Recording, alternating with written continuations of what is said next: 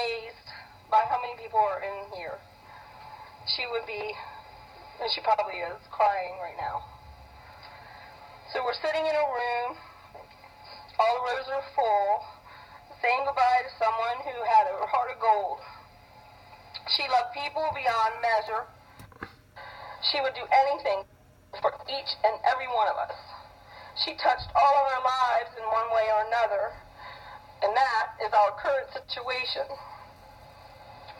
Can't explain why things happen the way they do and why my sister is gone, but I guess that's just the way it is, period.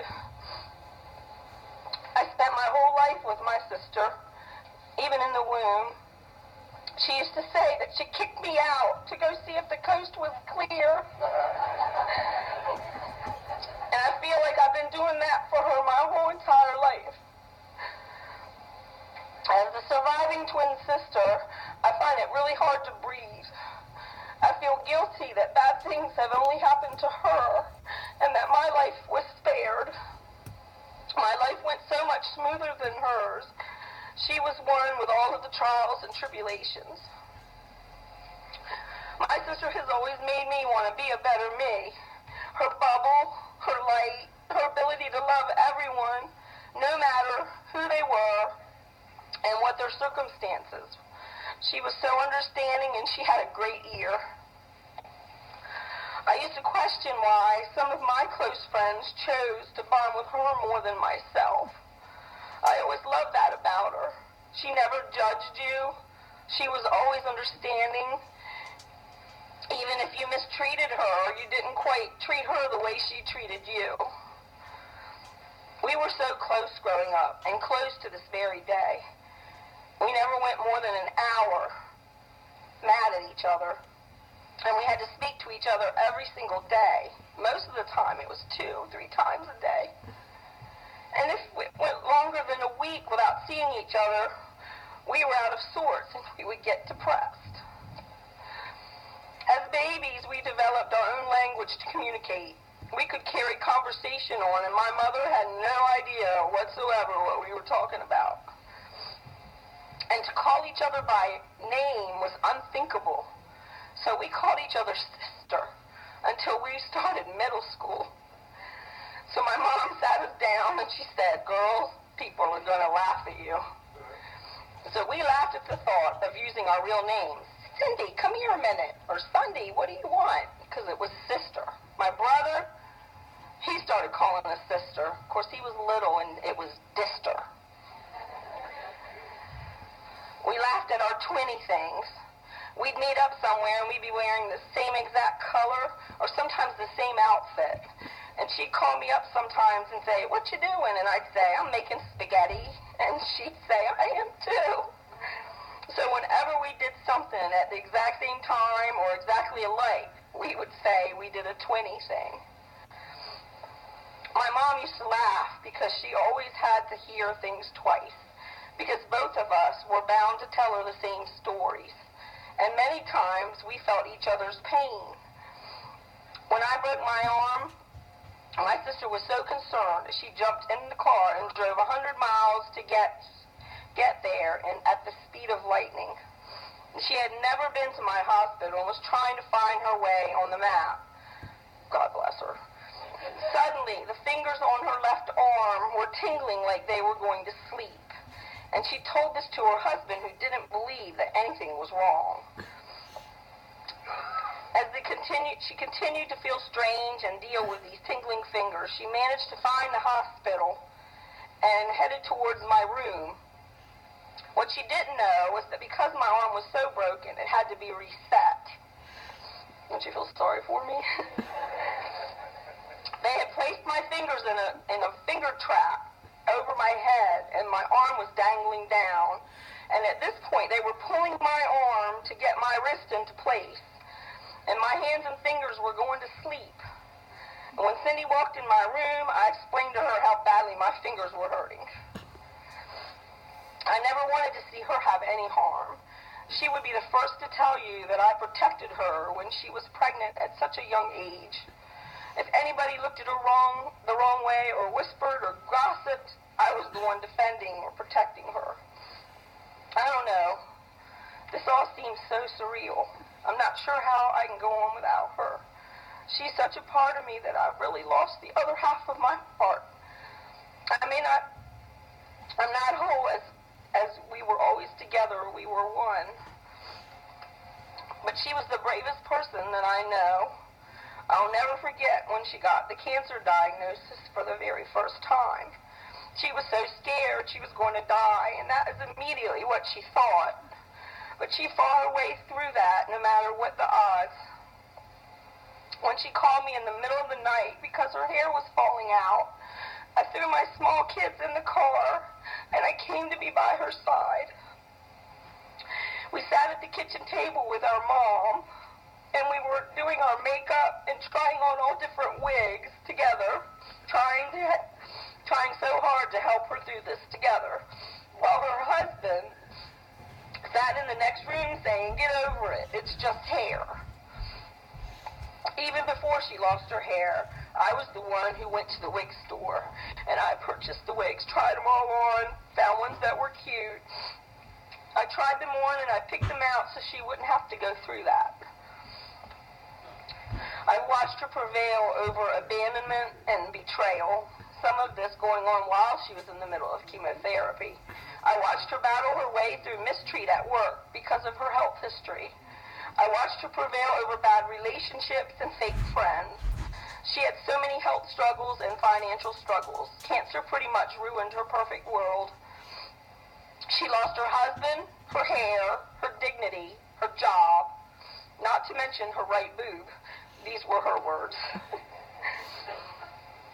She was stronger than I was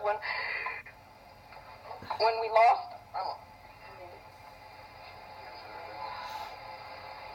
She was stronger than I was when we lost our mother last year.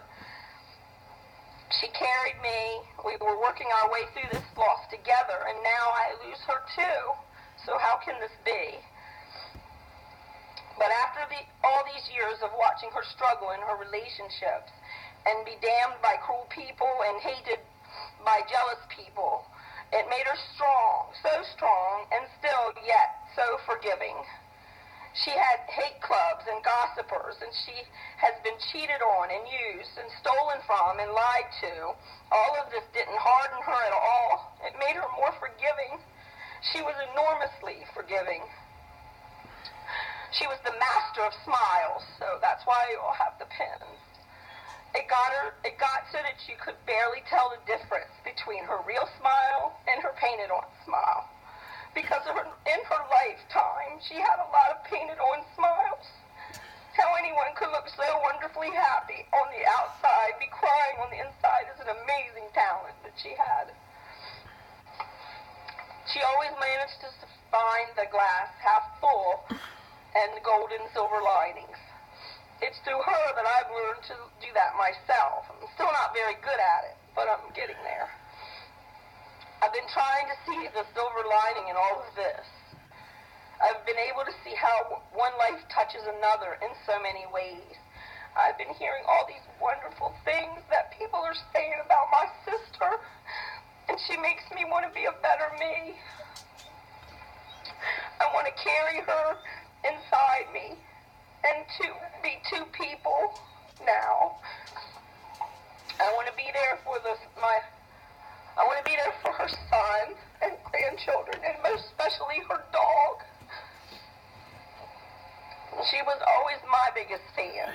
She would say, "My sis can do that."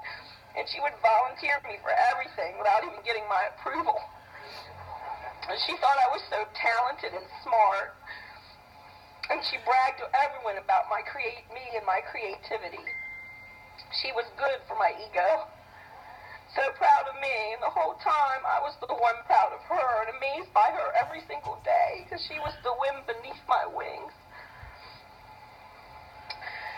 It is so funny growing up as twins, because you spend a lot of time trying to be different from each other, because so many people think you're the same and compare you all the time.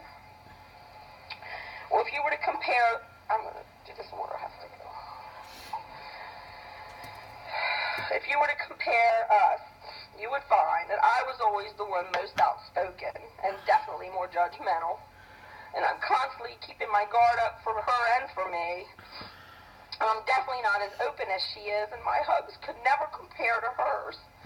And as kids, she was the quiet one, and I was the loud one. All my high school friends out here would know that. We'd always try to get each other in trouble when we were kids. One time, she told my parents that I had said a curse word. And the only reason that she told them was so that she could say the curse word while tattling on me. Mommy, she said shit. So my parents put red cayenne pepper on my tongue, and I ran around the yard screaming and crying because it was burning so hot. And of course she felt awful and sat there next to me and cried with me, telling me how sorry she was that she told on me. We did that a lot. That as soon as one of us was punished, the other would cry by their side for their punishment. We were called double trouble as kids. We were always leading each other into some kind of mischief. I'll never forget the time when we were about 5 that our neighbor gave us a ginormous suitcase. We were in awe of the suitcase. We went home, and we loaded it full of our toys and started walking up Northwood Drive.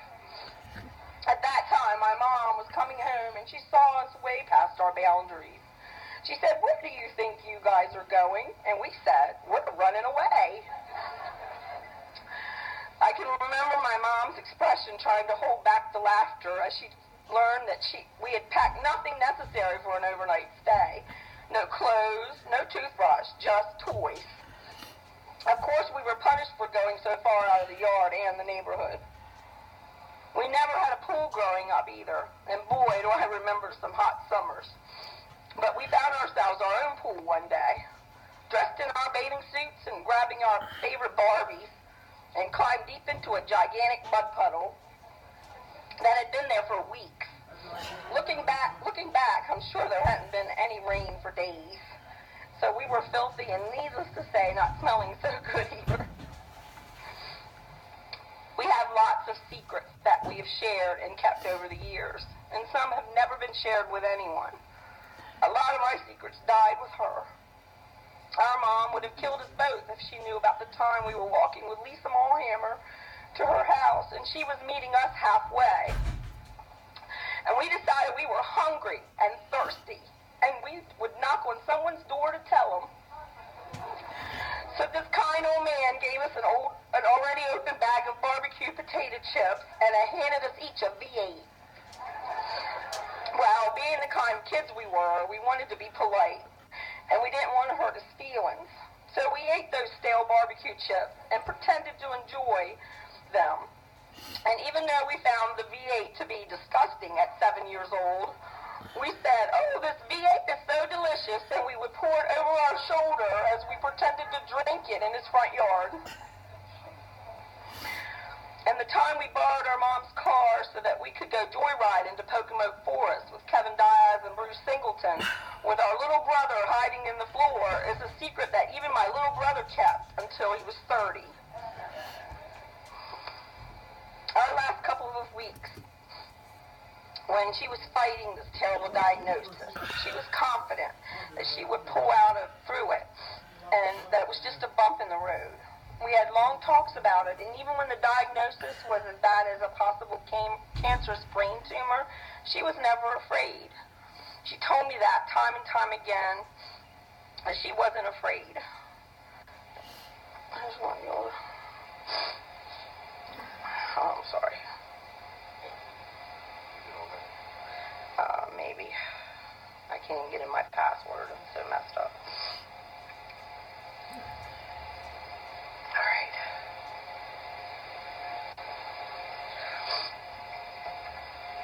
Thing I want to say is I know I'm going to make it through this. This is a walk in the park.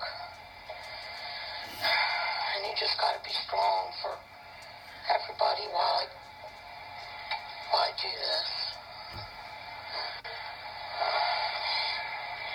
And I know that I got Mommy right with me the whole time. And it's really weird because I'm not even scared. Like, I got things on my mind about,